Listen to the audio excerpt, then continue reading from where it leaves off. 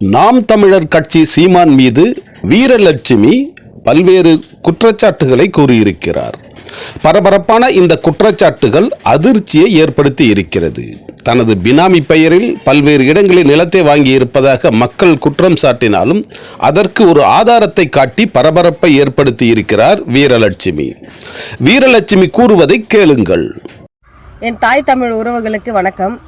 நீலாங்கரையில் நாம் தமிழர் கட்சியோடைய ஒருங்கிணைப்பாளர் சீமான் அவர்கள் திமுக கொடுத்த பிளாக் மணியில் சுமார் 10 கோடி ரூபாய் மதிப்பிலான நிலத்தை 4 கோடி ரூபாய்க்கு சீமான் அவர்கள் வாங்கியதா சமூக வலைத்தளங்களை பரவலாக பேசிட்டு இருக்கிறாங்க. அதோடைய ஆவணம் தான் இது. சீமான் வாங்கினதா சொல்ற அந்த நிலத்தோடைய ஆவணம் இது. ஆனால் இந்த ஆவணத்தில் பார்த்தீங்கன்னா சீமான் அவர்களுடைய பேரும் கிடையாது, அவருடைய மனைவி கயல்விழி பேரும் கிடையாது.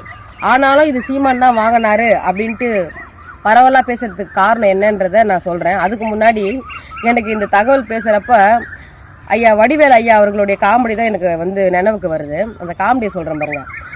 அண்ணன் விஜய் அண்ணா அவர்கள் அசின் அவங்க கூட போக்கிரின்ற ஒரு படத்தில் நடிச்சிருப்பாங்க. அதில் ஒரு காட்சி வரும், ட்ரெயினில் போடுற மாதிரி. அப்போ வில்லன்கள் அவங்கள ஃபாலோ பண்ணிட்டு வருவாங்க. அப்போ வடிவேல் ஐயாவும் கூட போவார். அப்போ ஒவ்வொரு முறையும் விஜய் அண்ணாவை ஃபாலோ பண்ணிட்டு போகிறப்ப கரெக்டாக வடிவேல் ஐயாவை மட்டும் பிடிச்சி வெளியே தூக்கி போட்டுகிட்டே இருப்பாங்க, கண்டுபிடிச்சி. ஆனால் அவர் மாறு வேஷத்தில் போவார்.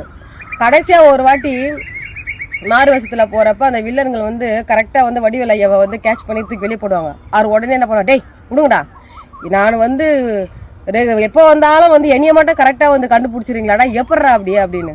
டேய் பாடி சோடா, உடம்பு முழுக்க துணியை போட்டு மறைச்சின்னு போறியாடா, உன் மண்டையில் இருக்கிற கொண்டையை மறைச்சியாடா அப்படின்னு கேட்பாங்க.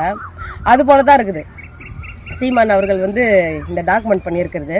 இந்த ஆவணத்தில் பார்த்தீங்கன்னா கும்முடி பூண்டி பக்கத்தில் இருக்க சேர்ந்தவர், அவருடைய சீமானுடைய அல்லக்கை, அதாவது ரைட் ஹேண்டு.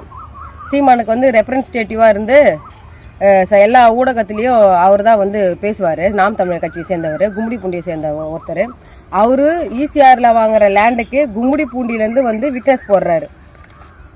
அது இதில் மென்ஷன் ஆகிருக்கு. அவர் பேர் கூட நான் மென்ஷன் பண்ணி காமிக்கிறேன் பாருங்கள். இவர் தான் அது. கும்முடி பூண்டியிலேருந்து ஈசிஆரில் வாங்குற லேண்டுக்கு இவர் இங்கே விட்னஸாக கையெழுத்து போடுறாரு. இவர் சீமானுக்கு ரைட் ஹேண்டாக இவர் செயல்பட்டு இருக்காரு. ஏன் மக்கள் இது சீமானோடைய நிலம் தான் அப்படின்னு பேசுகிறாங்கன்னு பார்த்தீங்கன்னா அதை காமிச்சு கொடுத்ததே இவர் தான். அதனால் இடி, ஐடி, விஜிலன்ஸ் நீங்கள் எல்லாம் இவரை நோட் பண்ணிக்கோங்க.